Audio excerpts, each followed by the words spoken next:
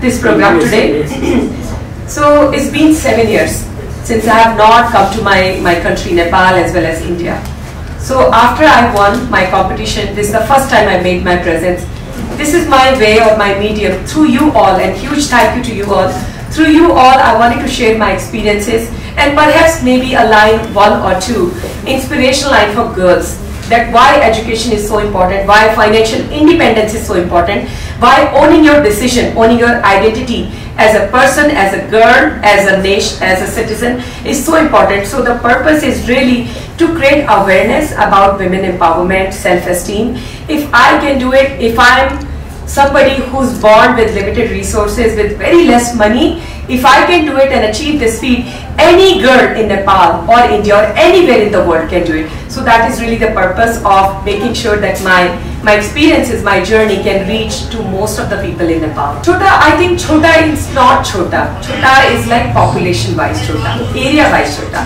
जैसे इंडिया का जो एरिया है, जो लैंड है, वो अमेरिका का 1/7 है अगर लैंड देखेंगे, लेकिन अमेरिका की जो पॉपुलेशन है वो इंडिया की 1/10 है. तो छोटा मतलब किसी का सेल्फ एस्टीम छोटा नहीं, छोटा मतलब छोटी population.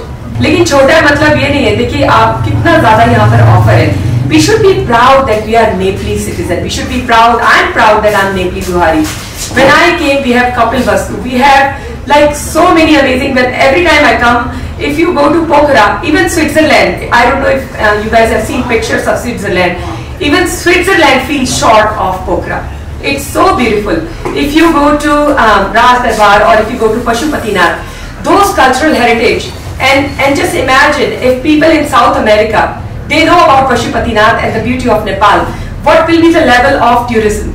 So if we have that level of transportation awareness, you can improve tourism, you can improve trade, you can improve collaboration, you can improve funding through like international platforms. So there is a lot more that this country has to offer to the international platform. That's what I'm trying to say.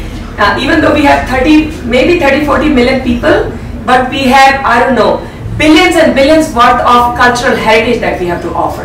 So we are no less than any other country in the world. Future planning अभी तो यही है. अभी जैसे मेरा जो company है ignite, उसका जो अर्निंग है, मैं चाहती हूँ कि मैं एनजीओज में यहाँ दूँ.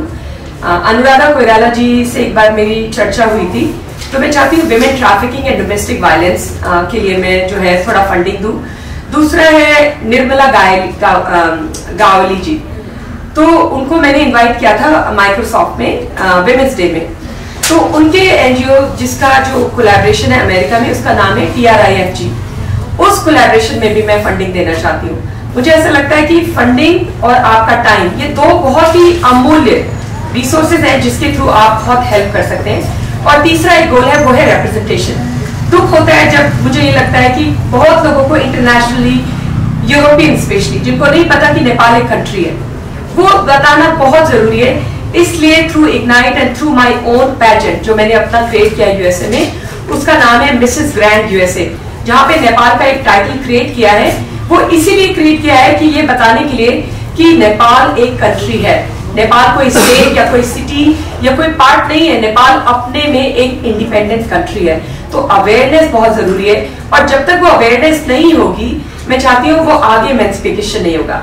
और एक और प्लान है, एक प्रोग्राम है ओपेयर कल्चरल प्रोग्राम, जिसमें लड़कियां हर एक कंट्री से यूएसए में आती हैं और कंट्रीज में भी जाती हैं. वहां पे वो पढ़ाई करती हैं, उनको 2 साल का वीजा मिलता है और वो एक फैमिली के साथ रहती हैं. तो मेरे साथ पिछले 6 सालों से मैक्सिकन, थाईलैंड, बहुत कंट्रीज की लड़कियां रही मेरे. उन्होंने बच्चों को देखा, उन्होंने पढ़ाई की, वीजा लिया, लेकिन उस प्रोग्राम में नेपाल अभी तक शामिल नहीं है. तो मैंने इस विषय में अपने ससुर जी माननीय श्री मंगल प्रसाद गुप्ता जी से चर्चा की है कि why Nepal is not part of this programme. उनको फ्री एजुकेशन है, फ्री वीजा है, और उनको कल्चरल एक्सचेंज मिलता है. वहां पे वो पढ़ती हैं, इंग्लिश अच्छी होती है. तो why Nepal is not part of, that's an opportunity. तो इस अपॉर्चुनिटी को हम क्यों नहीं ले रहे? तो ये 4-5 जो है अभी के मेरे गोल हैं, जहाँ पे मैं चाहती हूँ कि मैं ये नेपाल के लिए या मेरी जो कंट्री है जिसमें मेरी शादी हुई, उसके लिए मैं करूँ आगे. तो ये मेरे गोल है.